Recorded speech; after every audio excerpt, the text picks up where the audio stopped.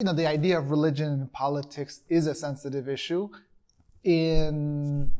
especially like in a work environment, right? Like you're not supposed to be discussing religion or politics at work because it goes against HR. It'll get you fired, especially if it makes people uncomfortable. And in most cases, it does. At the same time, I guess a university setting is a little bit different. On one hand, people are more open to discussion, but it's less discussion for the sake of education, but more for the intellectual exercise of, hey, let's engage and discuss. You believe what you believe, I believe, but let's intellectually spar. How do you determine what is an appropriate place for da'wah in relation to preaching? Because on one hand, it's like, before you start preaching to anybody, maybe you want to consider building a relationship with them before you tell them what to do, right? What about strangers? They're about to drive off a cliff and they don't know. The likelihood of you being able to intercept them. It's a hypothetical, bro. My point is even with strangers, right? So let's take it a few steps back. The word preaching, I don't like, and it has some connotations. And that's not really what I had in mind or have in mind. Okay, a couple of things. Number one, if the setting that you're in is not wise, and that's why I said, obviously with wisdom and the prophetic strategy, if it's not wise to give someone even a statement that is problematic in terms of the work, corporate environment, whatever it may be, obviously if you're going to get fired, it's going to affect you in some way. That's not what we're referring to. We are referring to scenarios in everyday life in which people think that religion should not be discussed at all with strangers because we have no relationship. And I can give countless examples of stories, personal and with many of my teachers and many of my colleagues and many friends in the community. Random Uber ride to the airport, from the airport. How's your day going? How are things going? And eventually, what are you traveling for? I'm traveling for this. Bring up religion. I talk about this. Advocate for rights. Take care of people, so on and so forth. We talk about religion. And they end up being some of the most fruitful conversations. I've sat on planes next to people with the most stark differences possible. And I don't want to mention any specific references, but the most, the complete opposite political views, even religious views in terms of atheism and so on and so forth.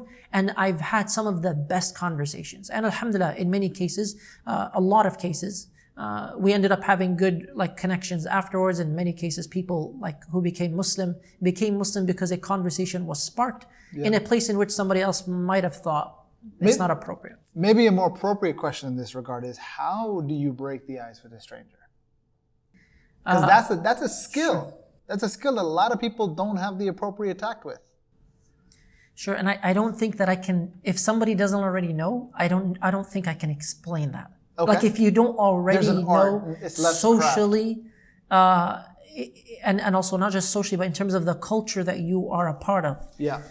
How to bring up conversations in a casual way. I don't know, maybe it is something that can be concretely explained, but I don't know that aside from seeing a number of examples and hearing examples, that there is a way that you would just know theoretically.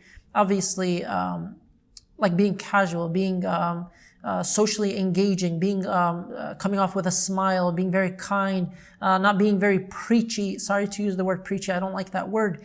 No, some people are. Some people are very preachy, right? Even in the aspect. I mean, the question is, how do you build rapport with people that you don't know?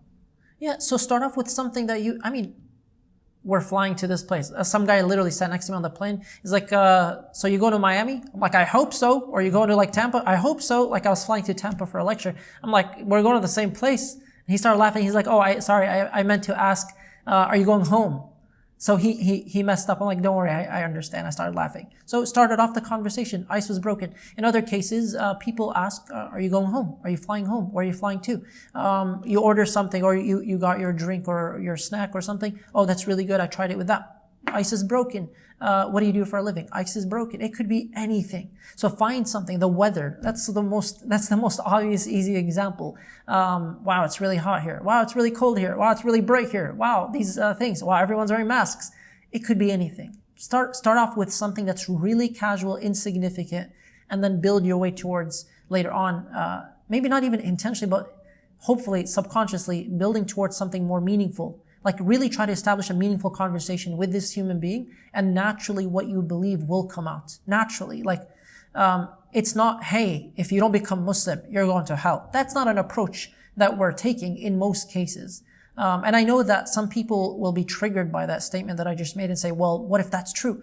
It's not about what's true. It's about the receptiveness of the person and how you're delivering the truth to them. Because, ultimately it is an art, and it is there's a methodology, and the art of da'wah coming to you soon, inshallah. We'll do it. We'll do it eventually, inshallah.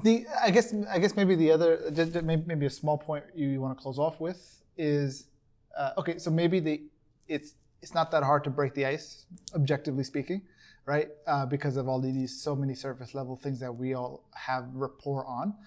How do you transition from the small talk to meaningful? Or how do you do it? What's Sure. So in many of my conversations, I guess, okay, so maybe this was easier for me because usually people would ask, why are you traveling? Where are you traveling to? What do you do? And because a lot of my work deals with religion, philosophy, or social justice causes, it comes up. And that's perhaps much easier to bring up because it's relevant. However, I would say that even if someone's not actively doing so, you could find a number of transitions between whatever it is that broke the ice to you asking them, what are they traveling for? When they ask you, you can bring up something that somehow touches on religion in some way, touches on your faith in some way. Obviously, if it's a hijabi sister, it's obvious that she's Muslim already. May Allah subhanahu wa ta'ala protect our sisters and reward them. And if it's a brother that appears to be a Muslim, may Allah subhanahu wa ta'ala reward them as well. But transition to something that you're doing, something you're traveling for, a book that you're reading, perhaps carry a book with you. Some people, actually a lot of Muslims do this. They will carry something with them just to spark a conversation with the person next to them, or in an Uber or Lyft to spark some kind of conversation. I'm reading this really great book and I feel that such and such and such. Religion is brought up immediately. It's right there. Morality is brought up in some way. Sometimes it's also about what's happening socially. I wish society was doing better. I wish there was less conflict. I wish people respected each other more. That's a very generic statement that most people would agree to, regardless of their views and what they think you're referring to. They'll likely agree. And sometimes that opens the door to morals and sometimes politics, sometimes religion. But find something that can spark a conversation. And it might require you to ask them the first question, and they might ask, how about you?